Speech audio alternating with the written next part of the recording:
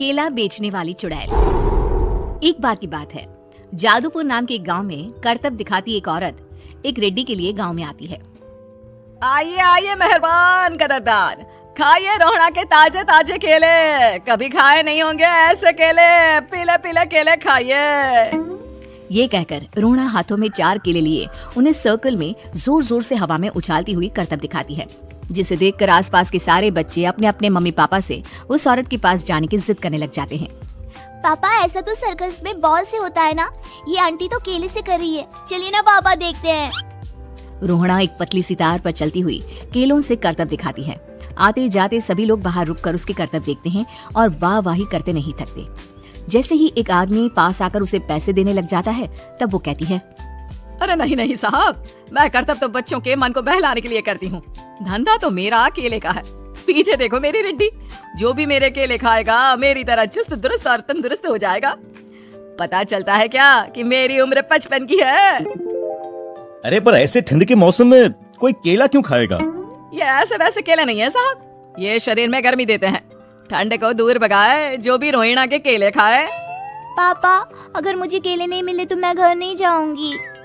तभी उसके पापा कहते हैं कि बेटा, केले ठंड में कभी गर्मी नहीं देते। ये सब कहने की बातें हैं, सामान बेचने का तरीका है इनका। पर पिंकी नहीं मानती। मैं केले खाऊंगी। पिंकी की जिद के आगे नत्थू हार जाता है और उसे केले खरीद कर दे देता है। पिंकी खुश होकर केले घर ले आकर खाती है। अब मैं भी करतब करूंगी, कितना मजा आएगा, जादुई केले। पिंकी पहला केला खत्म भी नहीं करती कि वो बेहोश हो जाती है। दूसरे केले से एक काला धुआं आता है और रोहड़ा चुड़ैल बनकर बाहर निकल आती है। मेरे भूतिया केले बच्चे न खाए, ऐसा हो ही नहीं सकता। जादूपुर वालों, कब तक बचोगे? आ गई हूँ मैं रोहड़ा, जिसका कोई नहीं कर सकता सामना। रोहड़ा पिंकी को गोद में उठाकर काले धुएं में कहीं गायब हो जाती है।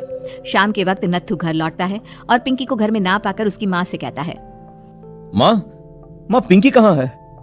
अरे बेटा, उसे तो तू सुबह करतब दिखाने ले गया था ना, फिर कहाँ वापस आए तुम दोनों?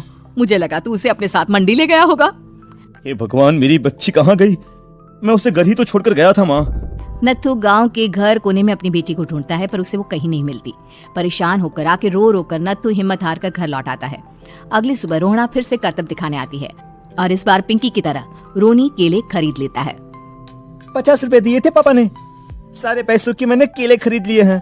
अब मैं भी आंटी की तरह ही करतबबाज बन जाऊंगा। यही सोचते हुए रोनी केले खाता है और पहला अकेला केला आधा खत्म भी नहीं करता कि चुड़ैल उसके सामने आ जाती है। मेरे साथ चलने का समय आ गया है रोनी।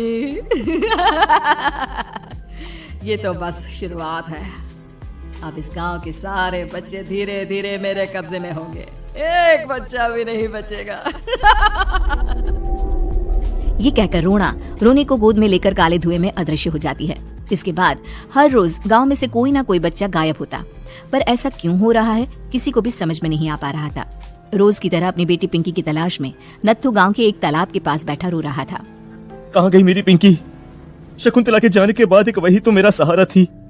अरे उसकी आत्मा कोस रही होगी मुझे कि मैं अपनी बच्ची को संभाल भी नहीं पाया। नत्थू ये कहता हुआ रो ही रहा था कि तभी तालाब में से उसे शकुंतला की आवाज सुनाई देती है। कहाँ थी तुम शकुंतला? हमारी बच्ची और सारे गायब हुए बच्चे रोहड़ा के कब्जे में हैं। वो बच्चों को जो केले देती है उससे बच्चे बेहोश हो जाते हैं और उसके कब्जे में आ जाते हैं और वो उन्हें ले जाकर काली दुनिया में ले जाती है। पर वो ऐसा क्यों कर रही है? ये मैं नहीं जानती, पर उस दुनिया का रास्ता मैं आपको बता सकती हूँ। जहाँ ये नदी खत्म होती है वहाँ एक केले का पेड़ है, उसके नीचे एक दरवाजा है, वहीं से रास्ता जाता है उस दुनिया का। ये कहकर शकुंतला की आत्मा गायब हो जाती है। गांव के सभी लोग झुंड बनाकर उसी रास्ते से काली दुनिया में चले जाते हैं और वहाँ देखते हैं कि सारे बच्चे वहाँ काम कर रहे थे। पापा मुझे ले चलो यहाँ से, पापा पापा। सभी बच्चे अपने मम्मी पापा से लिपट जाते हैं। तो तुम लोग यहाँ तक आ गए? क्यों हमारे बच्चों को पकड़ लिया तूने? तुझे शिकार ही बनाना है तो ले, हम सब आ गए हैं, हमें खा ले। नहीं, मुझे बच्चे चाहिए, मेरे बच्चे के बदले तुम लोगों के बच्चे। क्या मतलब? मैं इसी गांव में रहने वाली एक औरत थी। केले की चोरी के इल्जाम में मेरे बेटे को गांव वालों ने इतना मारा कि वो मर गया।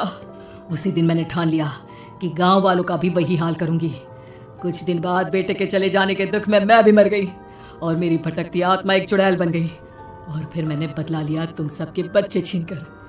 बर्दाश्त नहीं कर पाए ना, सोचो मुझ पर क्या बीती होगी। हमें माफ कर दो रोना, पता नहीं है किसकी गलती थी पर हम सभी माफी मांगते हैं। हमारी खुशियां लौटा दो, तुम भी तो एक माँ हो। गांव वालों की बात सुनकर रोना का मन पिघल जाता है और वो बच्चों को छोड़ देती है। उसके बाद काली दुनिया बच्चों के लिए जादुई दुनिया बन जाती है। अब कोई भी कभी भी वहां आ जा सकता था।